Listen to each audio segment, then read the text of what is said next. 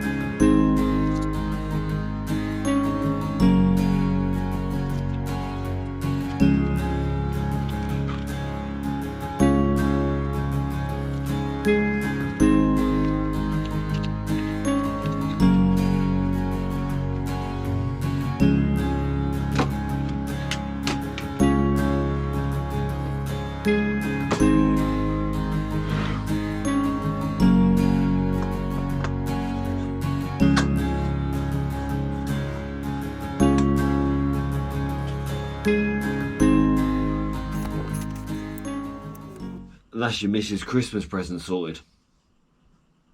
Well, that's just one thing that I've decided to make. So now I've found all this LED strip as well. So subscribe to the channel to see what I do with this.